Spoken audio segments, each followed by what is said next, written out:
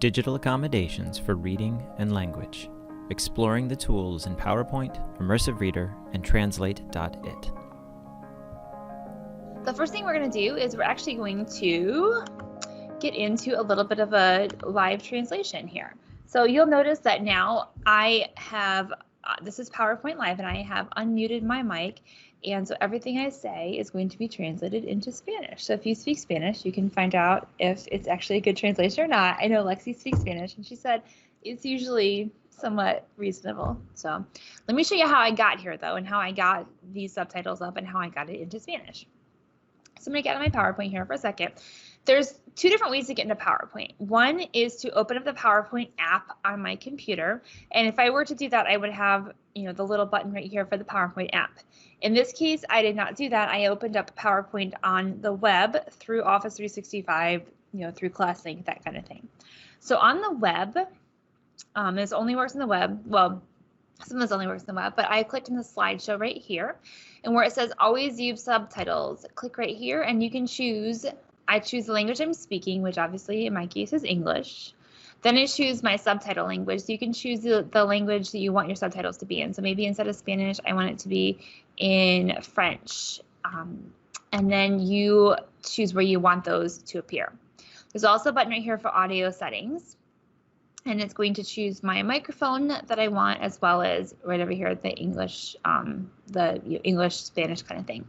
So then when I actually start my slideshow, right here, you'll see now, hopefully it will start speaking in French. There we go. So now I'm in French. You could also do English as well, though, too, which could be helpful if you have students that maybe even do speak Spanish or do speak French, but they the English might be helpful to them to see the words you're speaking and kind of like reassociate those words with the spoken word.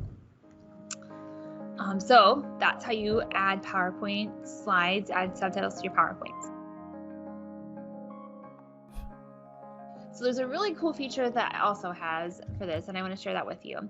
So once again, under the slideshow tab, there's this little button right here for present live. And as a default, it always, actually usually does, but this time it didn't. It usually switches to only people in your organization. I like it to switch it to anyone before I do this because it makes it so that people can join on cell phones or that kind of thing. So, and then I went over here on the top right over here, and I went to present. When I click on the little drop down for present, I'm going to choose present live. And let me go back here. Show welcome screen. There we go. So there is a QR code that comes up here, and there's also a link. I'm going to copy this link and put it in the chat. And once again, if you do not have the chat, please just unmute us and let us unmute and let us know that you don't have the chat. But if you have your cell phone, you can hold your cell phone up and you can join this with your cell phone. If you would like to join this both on your cell phone and in your browser, you can do that as well. There's not a limit to how many times you can join this. See that I have 6 people that have joined it. That looks good. So I'm going to drag this over here and show you what it's looking like on this side. So I copied and pasted the link into the browser, and this is what I'm able to see. So here is my PowerPoint slide that I'm going through, and this is a transcript of everything that is being said. Since I'm an English speaker, it's doing it in English. However, maybe you don't speak English, or maybe your students don't speak English. If I click right here where it says English, you can choose a different language. So let's try German. So it's now taken every single thing I've said thus far and translated it into German. And the really cool thing is, Chris can have his in French, Lexi can have hers in Spanish, and I can have mine in German, and we can all basically listen to the same conversation in our own language.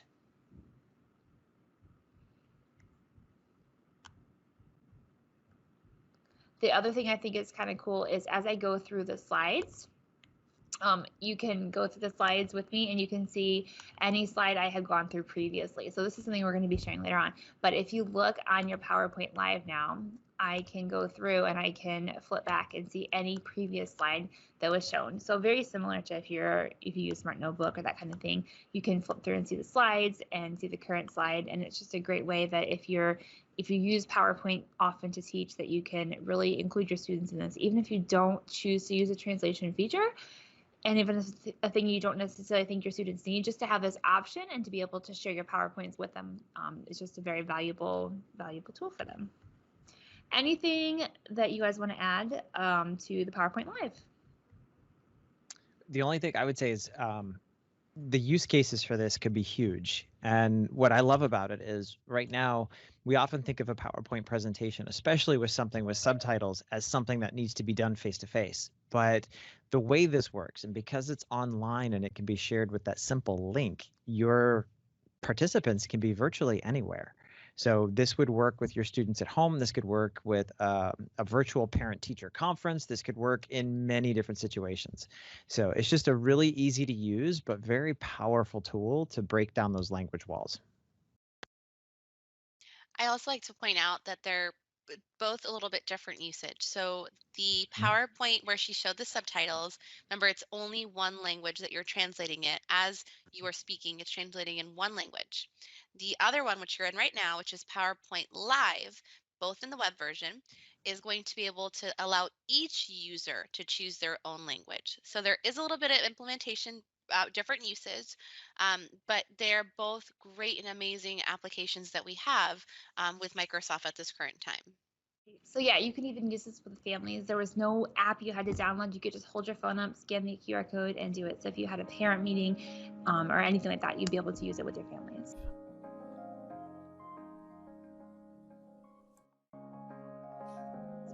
So we're going to transition now from PowerPoint Live into Immersive Reader and share with you some of the great features you can use in Immersive Reader for your ESE, ELL students, and even really just young readers. So Lexi's going to go ahead and do that. Immersive Reader is just a great tool, and in a few, and I know Pavi saw this slide as we were going through it, Chris is also going to display, or Carly will display a little bit later on, some of the places that you can find already Immersive Reader baked in, let's say. Immersive Reader really is a part of a lot of Microsoft programs. For example, Flipgrid has Immersive Reader. If you're currently using Forms, Immersive Reader is also there as well. So right now we're in Teams. This is probably the place that you'll see it used the most. But if I go to a post, I'm going to go to my sample group here. I'm going to go to this passage that Carly posted for me. And I'm going to go up really quick. Sorry. I'm going to come up here to the three dots. And I'm going to click on Immersive Reader. Now, please pay close attention to this icon because you will see this icon for Immersive Reader in other places. It's the book that has a little microphone coming out of it. So when I click on this, it's going to open it up in a different window, but I want you to look at how it brought up the whole text. Now, this can be used with your young readers. This can be used with your ESC students to give accommodations, especially if they're at home digitally and they need this accommodation. You can provide that all right here through Immersive Reader. So right now you see the text, including who posted this and the time. If I click on any word, it's going to allow me to listen to that word. Carly. Now, if I want to hear the whole document read to me, I'm going to go to the bottom of my screen and click this play button. Carly Barnes at Wednesday, March 24th, 2021, 1:13 p.m. Now I can pause it and start again if I need to, but what I wanted you to notice is as it was reading, it was highlighting the space that it was reading. So this is a great tool for younger kids that are just starting to read. They have a way now to track what is being read with them as well. As well down here, I have voice settings. I have it as an option to speed it up. So maybe I want it to speak a little bit quicker, or I can slow it down in case I need to hear it really go through each of those words. You'll also notice that there is a female voice and a male voice.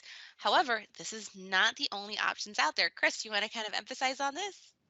Absolutely. When we were first experimenting and learning how to use this tool, we were curious what different voices it could support. And we found out that there is a language setting inside of Microsoft Windows in general. And there's different language packages that you can download through that settings in your control panel that allow you to add different voices with different accents from different parts of the world, different types of English, different types of other languages, all in this system. So once you add them to Windows, you get more options over here. Remember, this is all free, so you're not having to pay for anything extra. This is all at the fingertips for free that is provided from Microsoft. So I'm also going to go up here and I'm going to click on the A. This is text preferences. Now, again, remember I said this isn't just for our students who are ESOL. So if I have someone who is visually impaired, they need something bigger, I can go ahead and increase this text slide by moving the slider over. I can also make the text smaller by scrolling or moving the slider to the left. I can also increase spaces, which is actually already on there right now, and that's why you see so much space between each of the lines. If I take that off, it brings all the text closer together like it was on the post as well. If you notice as well, there's also very specific fonts that are chosen here, especially if you have students who are visually impaired. These are very specific fonts that were chosen based on the way that the letters are formatted. So these are great for those students that need those accommodations. Under themes, you'll notice that mine is in black. By default, you normally have it in white, which is perfectly fine. But if you have someone who may be colorblind and they can't see certain colors, they need a better contrast, you can choose various colors that are better for you in particular. I particularly like the black just because I feel like the white kind of pops off the screen. Mhm. At the very top, I also have some grammar options. If you are an English teacher, reading teacher, or someone who just wants to teach any of those skills, even a language teacher as well, you will notice it'll have parts of speech here. Anytime I click on one of these toggles, it's going to highlight that piece of the text that it is talking about. So right now I did nouns, so all the nouns right now are highlighted. Once again, remember what we want to precaution you, this is AI in the background working, so it is not perfect, but for the most part, it generally is correct. Now I can turn this off and I can also look for verbs, or if I want to have both on, I can look at both as well. If you ever want to change the color, you can always change the drop down menu and click on the color of your choice that you would like as your preference for that color. Now I say you because this is a by user program. So this means that each user has the ability to change their setting in their immersive reader. You cannot set this up ahead of time for the student. So there may be some general information that you need to go over the student. So the last one is by far my favorite one. As you're learning English, you normally learn to pronounce the words. So up here is syllables. If I click on syllables, it actually breaks down all the words into their syllables. And so now I can look at how I pronounce the word in its syllables as well. So this is great for students that are just learning. If you have kindergarten babies or first grade, second graders that are learning to read, this is great too, because now they're able to learn to read using the breakdown of the syllables as well. So great feature. So again, not just for our ESOL student, but also great because when you learn a language, you do want to see the breakdown of those syllables. Last one I'm going to show you is over here in reading preferences. You'll notice it says line focus. What this is going to do is really focus just on that one line of text that you want to be read. I can choose 1, 2 lines, or 3 lines that I want to focus on at a time. This is a great accommodation for those students who might need to use just that focus for just the line as well. And again, if you don't need it for the whole text, they can always turn this off at any time by just clicking on the toggle. The next one is one of my other favorite ones is the picture dictionary. So on here, we have a couple of words. Because this is turned on, when I click on a word that has a picture available, it is going to actually give you a visual representation of that word. So this is volcanoes, so it gives me a picture of volcanoes. Now I can not only see it, Volcanoes. but I can also hear it as well. So I'm getting both those types of learning in as well. Now, it doesn't do it for all words, but in general, when there is something available, you will see a picture representation of that word. I'm going to come back up here to our reading preferences, or sorry, and we're going to come down to the last one, and this is going to come, Chris will talk a little bit more about the different places you can find this, but this is Translate. So right now it says Spanish. Now notice it's still in English, but I get the choice of how I want this translated. If I click by word, any word that I click on is going to also give me the Spanish translation. I can click on it De la tierra. and give me a translation with audio along to go with it. So now they're seeing and also hearing it in their own language as well. I'm going to come back up again. I'm going to turn off by word, and instead I'm going to click document. Now, if you notice, the whole document froze there for a second because it just translated the whole document into Spanish. Great thing about this is it's not just in Spanish. If you notice at the top, it has two options: original, meaning I can come back and reference the English version, or I can go back to Spanish and reference the Spanish version. So it can also just be a reference point for your students that need to kind of cross-reference as they're going through their reading or comprehension lesson that you have for them. Now, I'm going to come back up here, and I do want you to know that it's not just in Spanish. That's just the language I chose. If I click on this drop-down menu, you're going to notice that there are a ton of languages. Now, as Chris is going to talk about Translate in just a second, you'll notice that these do not just include languages that are, let's say, written. If I choose Chinese, it will also, and we're not going to do by word. Let me change that for a second. Let's do by document. It'll also show characters and special lettering as well. So it is not limited just to written language, let's say, but it also has characters and other accents as well that are included. Anything else that I need to include? I think you did a really nice job going through that. One of the things that I was just looking at on their website is they have well over 60 different languages, and I think it's over 100 at this point, but they can read up to 40 different languages. So if you translate it into these other languages, it can still be read to the students in those languages after the translation, which is really cool. And I'm actually going to pass it back to Carly real quick, because I think in her PowerPoint, we've got a graphic that shows you all the different places Microsoft has currently built Immersive Reader in, and it kind of shows you how broad of an application this has become. Yep, she's got it right here. As you can see, the main three programs that they use are OneNote, Microsoft Word, and Microsoft Outlook. So they're building it extensively into those three. So regardless of what platform you use, whether you're Windows or on a desktop or on an iPad or in the browser, you've got it in almost everywhere you go for those. But they're also on the far right building it into other programs. So you'll see it in Microsoft Edge, in Teams, in Forms, which is great. You've got it now in Flipgrid, even in Minecraft. And then one of our favorites, and this is really cool, the one on the far right, Office Lens. This is a scanning app that Microsoft has released. It's 100% free, and it's on both Android and Apple platforms.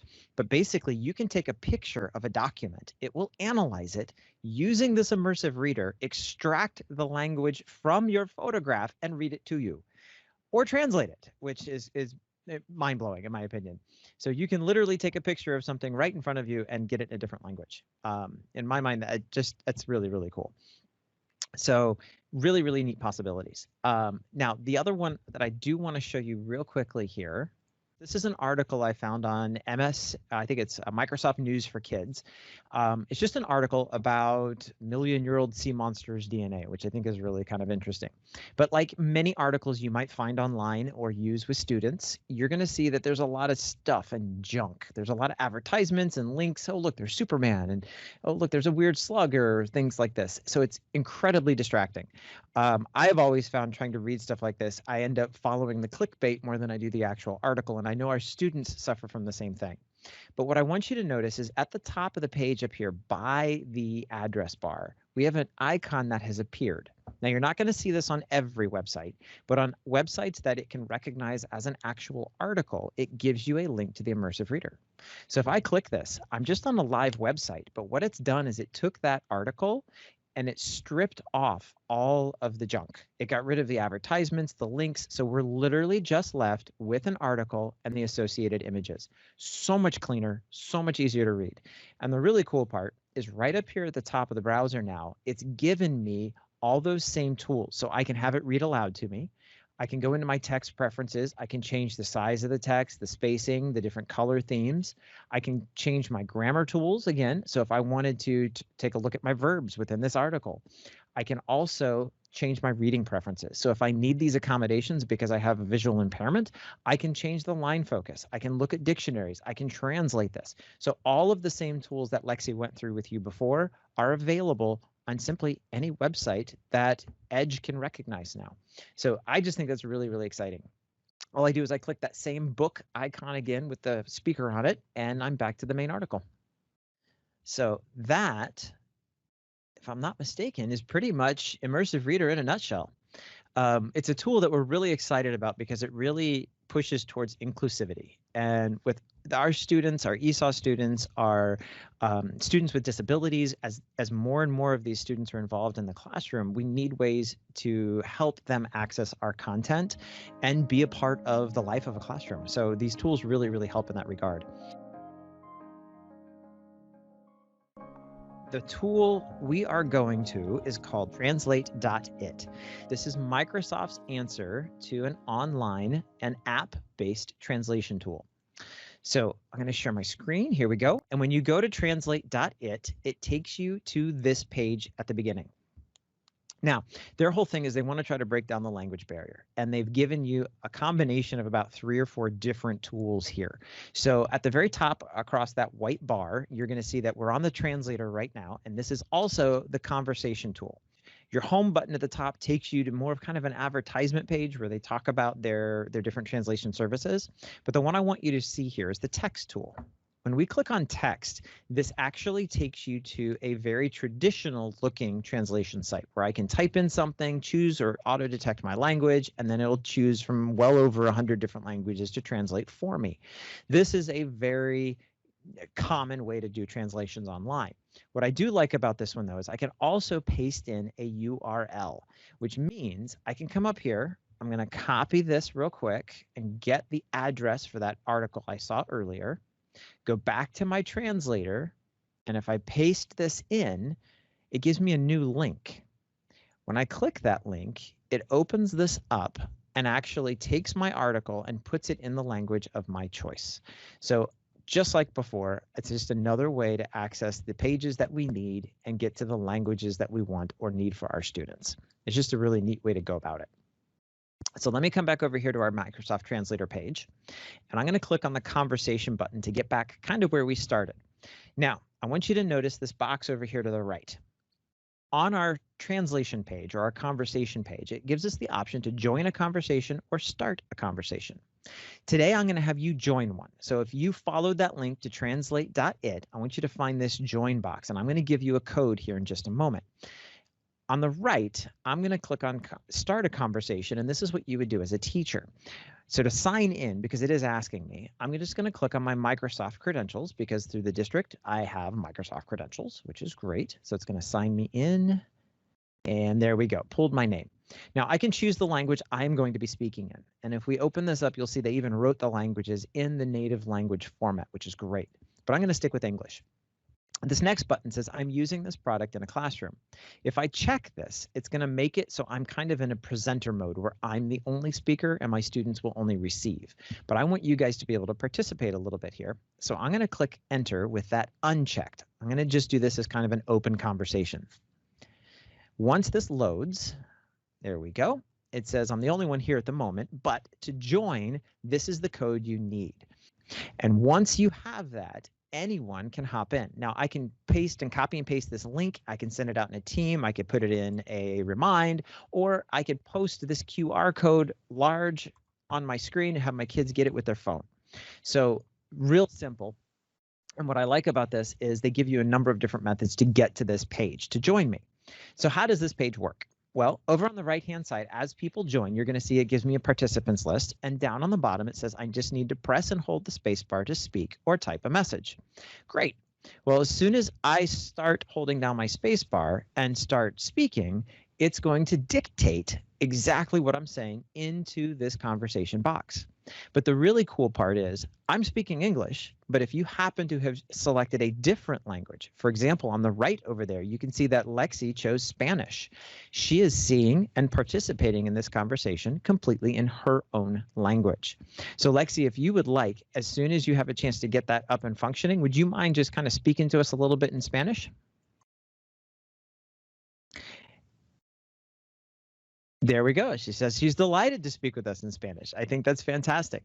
So anyone else, if you would like to, Maria, if you'd like to join in a little bit in your Spanish, that'd be great. But what I really like about this is it's making all of us, it's giving all of us the ability to really participate together.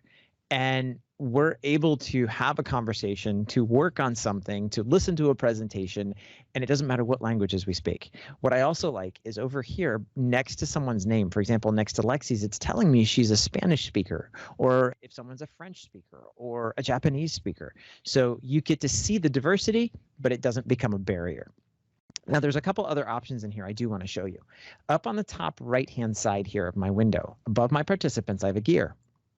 When I open this up, I have a couple options in here.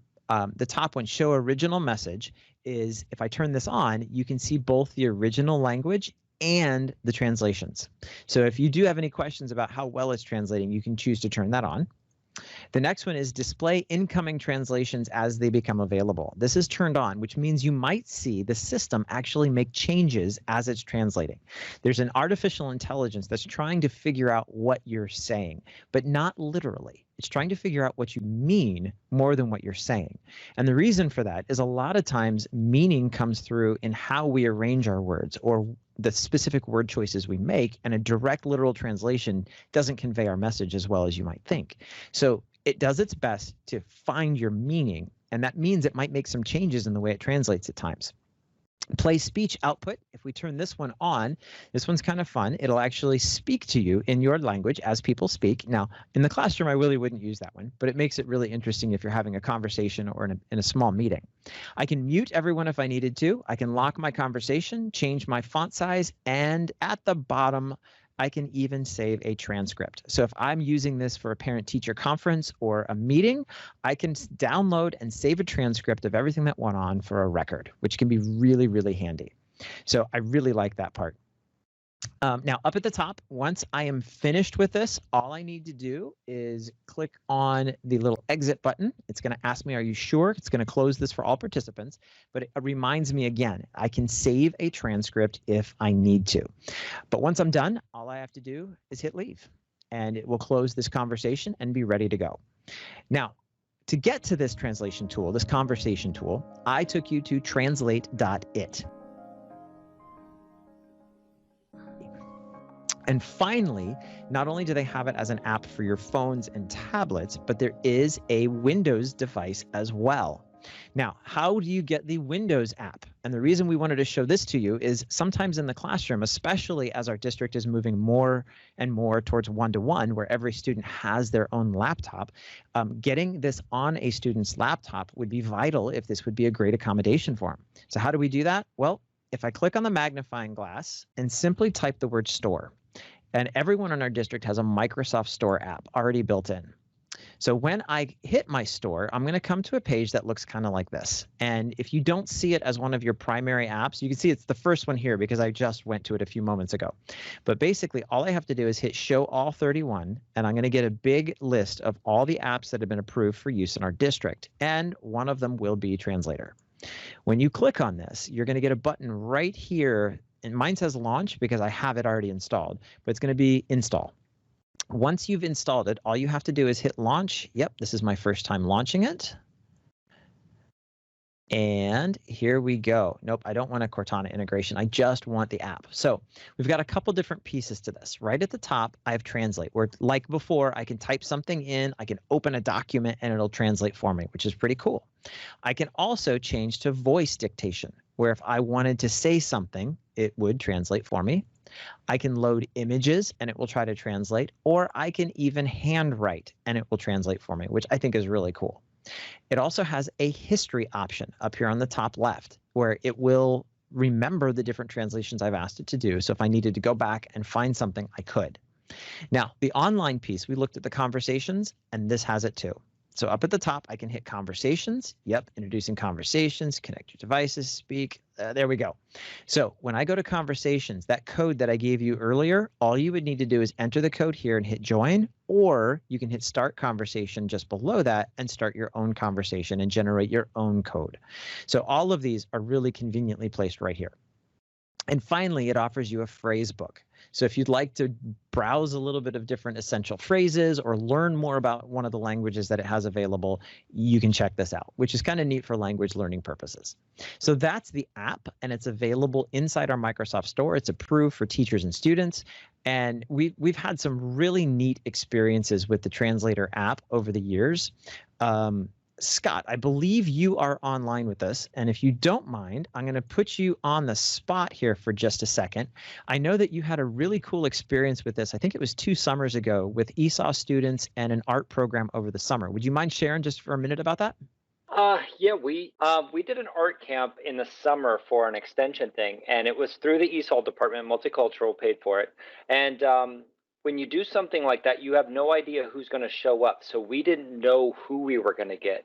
And I would say about 3/4 of the class that we got did not speak any English at all.